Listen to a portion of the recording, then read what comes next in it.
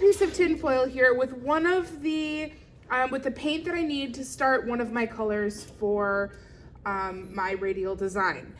I've decided on the color scheme here that includes violet, green, yellow, green, and then I'm gonna make red orange. That's gonna be the last color that I'm gonna put on my radial design.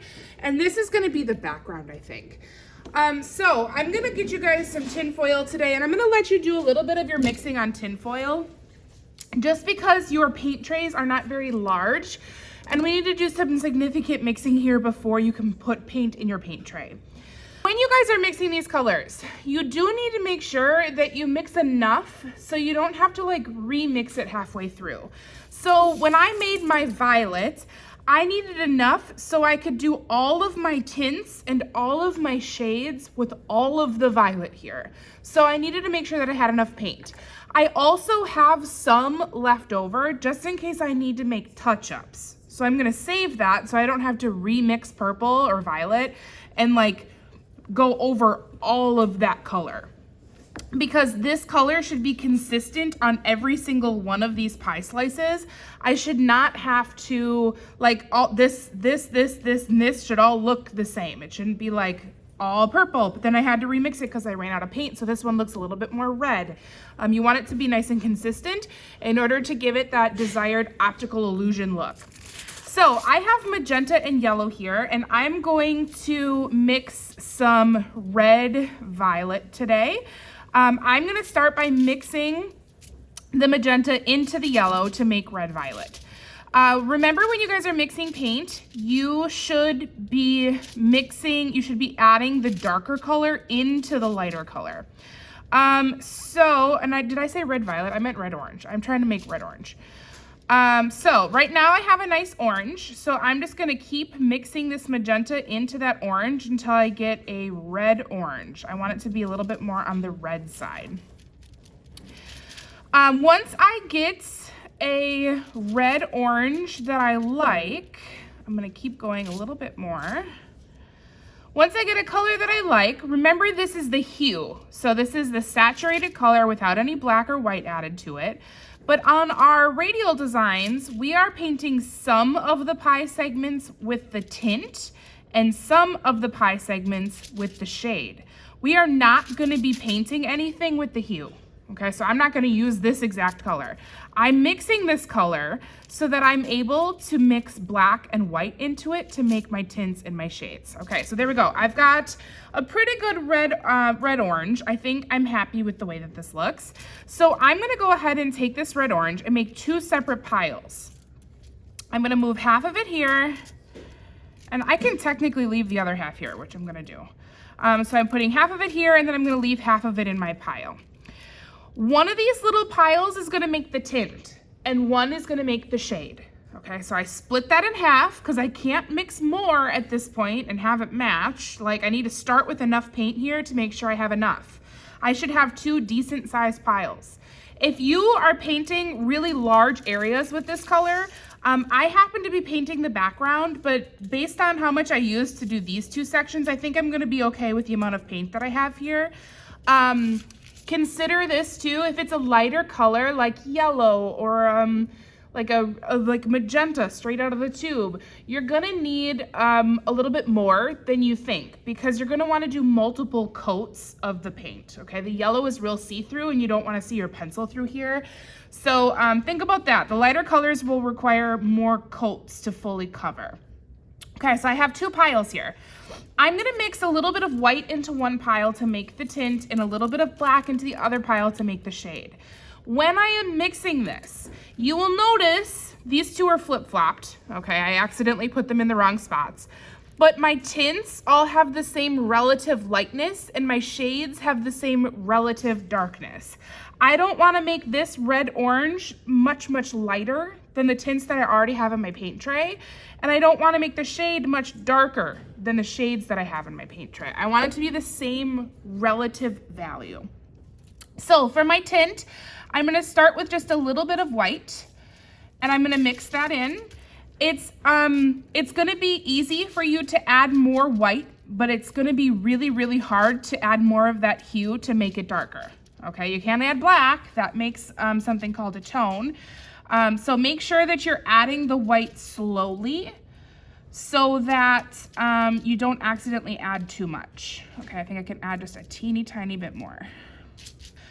We also don't want these tints and shades to be significantly lighter and significantly darker. We want it like just a little bit lighter and a little bit darker. We want this to be a very subtle difference between the tint and the shade so it looks more cohesive on your design. Okay, I think this tint is good. So I'm gonna take this tint here. You can either do this now or when you're done painting today. I'm gonna take the tint and I'm gonna put it in my paint tray. This is what I'm gonna paint from. Okay, so there's my tint. And then I'm gonna go ahead and clean my paintbrush. You need to make sure you're cleaning your paintbrush because if you mix the white in with the shade, it's gonna make gray, and that's the tone, like I said, and that's not what we want. All right, so now for my shade, I'm gonna mix a teeny tiny bit of black. Like really, you only need a little bit to start. You're gonna mix that in to your hue. Man, I mixed just the tiniest bit and I almost think it was too much. So I'm definitely not gonna add any more. I'm just gonna thoroughly mix this. It should be barely a shade, okay? You wanna still see what color it is. I know on some of your guys' color wheel, your practice, you had a little bit too much of the black added for the shade, and it turned out really dark, where you could almost not see what the original hue was. Okay, so there's my shade. I ended up with a lot more of my tint than I did my shade, and that's because I had to add such little amount of black, but a lot more white. Okay, so there we go. Here is my tint and my shade. I'm done with my tinfoil for now. Like I said, you can either paint from your tinfoil today or you can place it into your paint tray. All right, so I decided that I wanted this to be my background color. So I've cleaned my brush off. I'm actually gonna pick my smaller paintbrush. It's up to you if you wanna use your small flat or your small round. You can use whatever you feel is appropriate, but it is gonna be really important that you guys are accurate when you do this. This is gonna take patience. You need to go slow. We're not in a hurry to get this done. I would rather see you guys do neat, precise work. So when I am painting, each of these slices, these pie slices, are broken down into two sections here. This isn't super accurate here, but if I have this pie slice, this is all a tint. And this next one is all a shade. And then the next one is all a tint. And it's going to repeat over and over again. So what I want you to do is pick whatever you're coloring with this tint or this shade. So for me, it's gonna be the background. I'm going to paint that section with my shade in every single one. So here, I'm gonna start here. This is my shade, and I'm gonna start down here, and I'm gonna paint this space on all of my pie slices. So I'm gonna start down here. I'm gonna go slow. So there's the first one. Now, I know that I want these sections to also be this color, but I am painting this section in all of my pie slices. You paint the matching one. Okay, so now I'm gonna skip this one. This is the tint. Now I'm gonna go to this one. This is the shade again. So there we go. I'm gonna paint the shade in. Another reason why you're going to paint all of the tint first and then all of the shade, or all of the shade and then all of the tint, is because I'm skipping a section so I don't have to paint right next to something that I've already painted.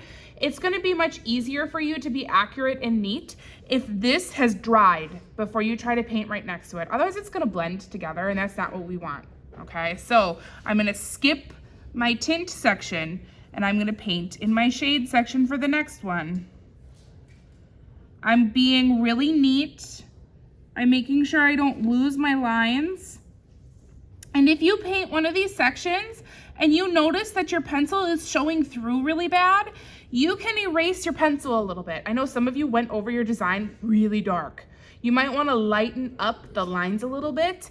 Some of you kind of jumped ahead and started like going over your transfer lines without me telling you to, which is all right.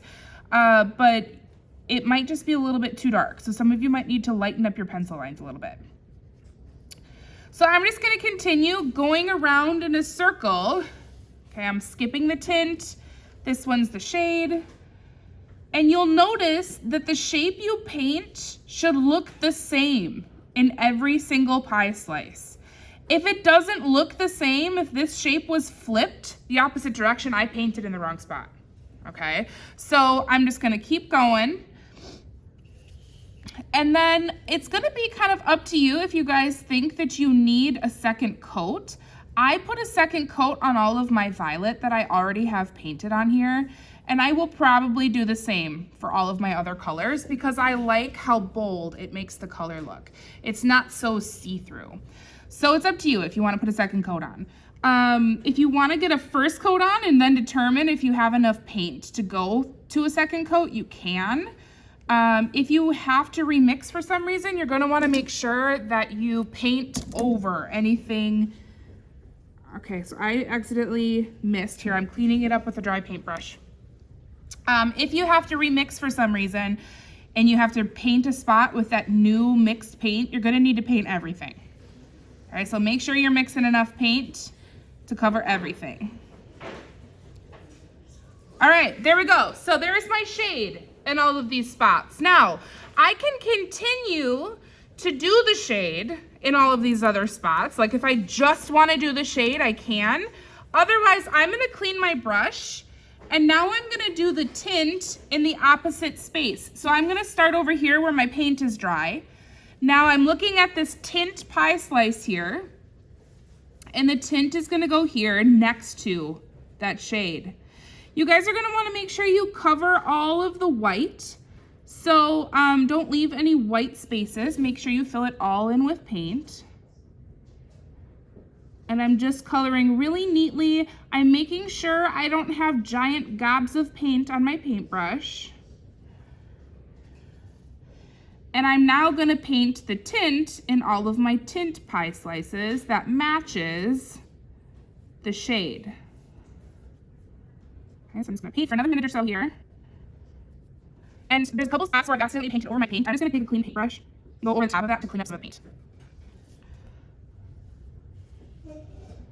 Okay, hang with me for another minute or so. I'm just going to do a couple more here.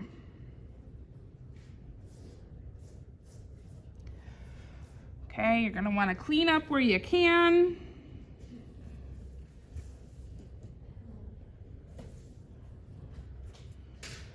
All right, I'll do one more just so you guys can see the effect that this has.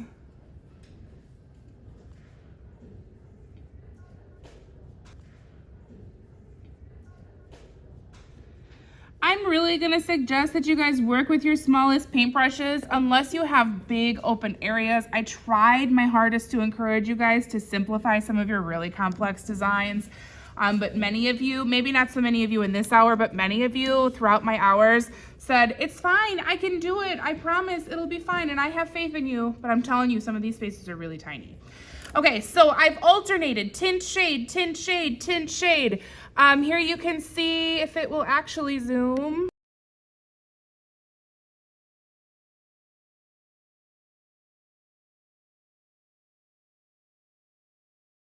You can see it a little bit closer. So I've alternated shade, tint, shade, tint. If you need help visualizing this a little bit before you start painting, please let me know and I will help you visualize what that's supposed to look like and where you're supposed to paint. We will be saving our paint today. When we put these on the drying rack, if you have a dry space, like this is all dry for me, so I'm gonna place this on the drying rack like this. I have more colors than I do spaces on my paint tray, which is problematic for some of you. So I can help accommodate where I need to. You're probably not gonna have all these colors today. Do not mix all of your colors today. Start with one color and then paint all of that color. And then mix another color and paint all of that color. So like I'm done with purple. The only reason I have this purple in here is in case I make mistakes and need to do any touch-ups. Please remember that you guys can lighten your lines first if you need to. When everything is dry, we can go back in with an eraser and we can clean up any like pencil smudges or anything that might show up after the paint. But like if you paint over the top of pencil with yellow, for example, we are not going to be able to erase what you see underneath that yellow paint. Okay, we can't erase through the eraser or through the paint.